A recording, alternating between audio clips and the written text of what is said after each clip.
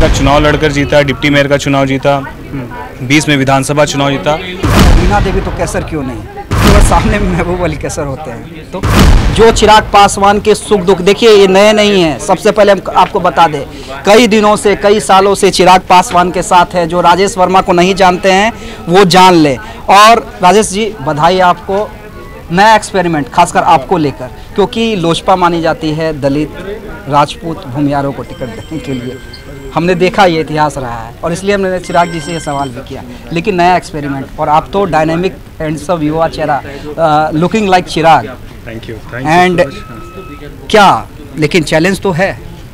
सबसे पहले तो मैं आपको और आपके तमाम दर्शकों को दिल से धन्यवाद देता हूं, और साथ ही साथ अपने राष्ट्रीय अध्यक्ष जी को धन्यवाद देता हूं कि उन्होंने बिहार की 40 लोकसभा सीट में से एक ऐसी लोकसभा सीट से मुझे लड़ाने का निर्णय लिया जो हमारे संस्थापक स्वर्गीय रामविलास पासवान जी का गृह जिला था।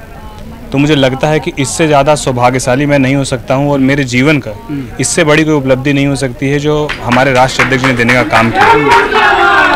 तो मेरे लिए ये बहुत बड़ी उपलब्धि है। हाँ, चुनौती बिल्कुल है, और मुझे लगता है कि राजनीति में जो नर्सरी क्लास होता है वो वार्ड का चुनाव होता है। राजनीति का नर्सरी क्लास वार्ड का चुनाव होता है, जो कि मैंने 2017 में वार्ड का चुनाव लड़कर जीता, डिप्टी मेयर का चुनाव जीता, 20 में विधानसभा चुनाव जीता। और नगर निकाय की 5 साल की राजनीति से मेरा ये अनुभव है कि हम लोगों ने नगर निगम में आप लोगों की मूलभूत समस्याओं का निवारण करते हैं, जिसमें आप देखेंगे कि नल, जल, रोड, नाली, राशन, पानी, बिजली, इन सब विषयों को आप समाधान करते हैं, इन सब समस्याओं का समाधान करते हैं। तो मुझे लगता है कि इसका जो अनुभव 5 साल का है वो कहीं ना कहीं खगड़िया की लोगों की सेवा में ये अनुभव मेरे काम आएगा। और जो विश्वास हमारे राष्ट्रीय अध्यक्ष जी ने दिखाया है, उस विश्वास को मजबूती से हम लोग लेकर चलेंगे। राजेश जी, देखिए, वीणा देवी को लेकर सस्पेंस था, लेकिन वीणा देवी को लेकर सस्पेंस खत्म हो गया। तो लोगों को लग रहा था, हालांकि 3 दिन पहले मैंने बता दिया था कि खगड़िया से कौन उम्मीदवार होने जा रहे हैं। और उसके बाद लोजपा के, क्योंकि हमारे चैनल को चिराग पासवान और चिराग पासवान के लोग देखते हैं, तो कई लोगों ने ये कहा कि नहीं, अगर वीणा देवी तो कैसर क्यों नहीं।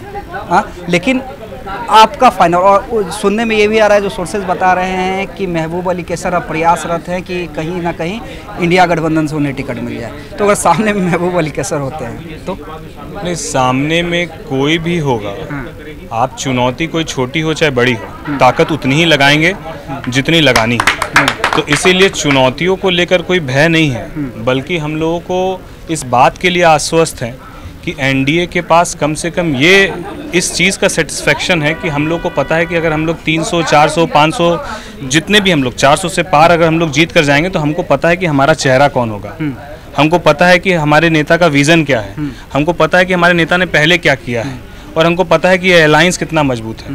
क्या ये चीज़ सामने है क्या? तो इसीलिए हम लोग के पास बहुत सारी ऐसी चीज़ें हैं जो हम लोग को महागठबंधन से ज़्यादा आश्वस्त करता है जीत की। अच्छा, ये बाहरी का मुद्दा लोग उठा रहे हैं, कुछ युवा विरोधी हैं, उन्होंने उठाना शुरू कर दिया है कि बाहरी उम्मीदवार कैसे चलेगा।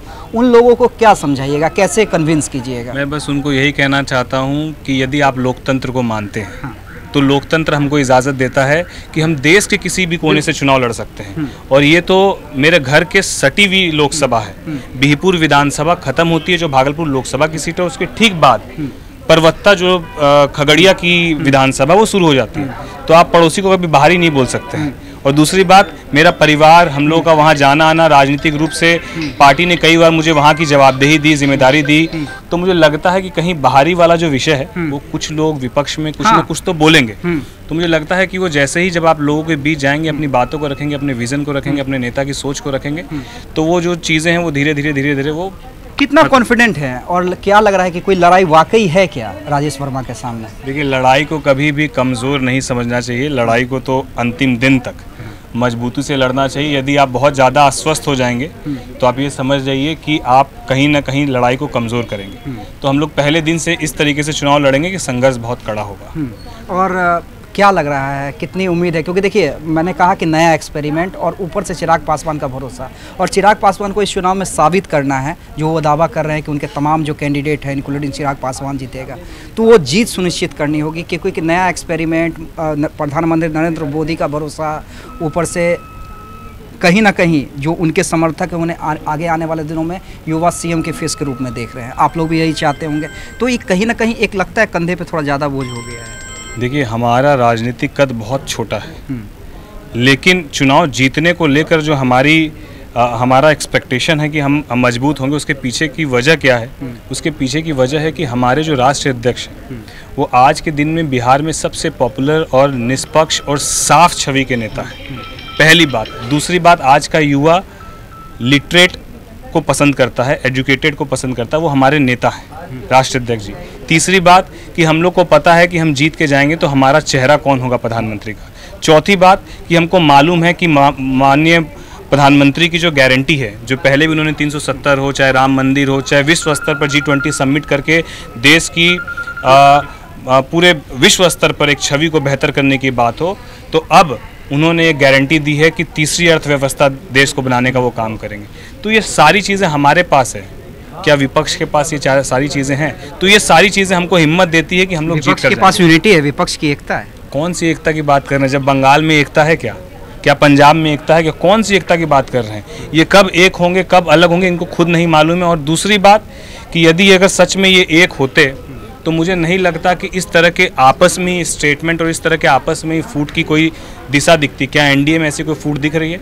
सब पूरे मजबूती के साथ संकल्पित है और मुझे पूरा विश्वास, इस बेस पर हमको पूरा विश्वास है और इसी दम पर हम लोग चुनाव मैदान में होंगे कि हम लोग चुनाव को जीतने का। चलिए राजेश वर्मा जी, बहुत बहुत बधाई आपको पहले तो प्रत्याशी बनने के लिए, और उम्मीद करते हैं कि आपका राजनीतिक भविष्य काफ़ी बेहतर हो। तो हमारे साथ राजेश वर्मा जी थे, जिन्हें खगड़िया से चिराग पासवान ने मौका दिया है। युवा हैं, पढ़े लिखे हैं और इन्हें उम्मीद है कि चिराग पासवान के सपने को जरूर पूरा करें। देशवा न्यूज पर वीडियो देखने के लिए लाइक करें, सब्सक्राइब करें, साथ ही बेल आइकन दबाना न भूलें।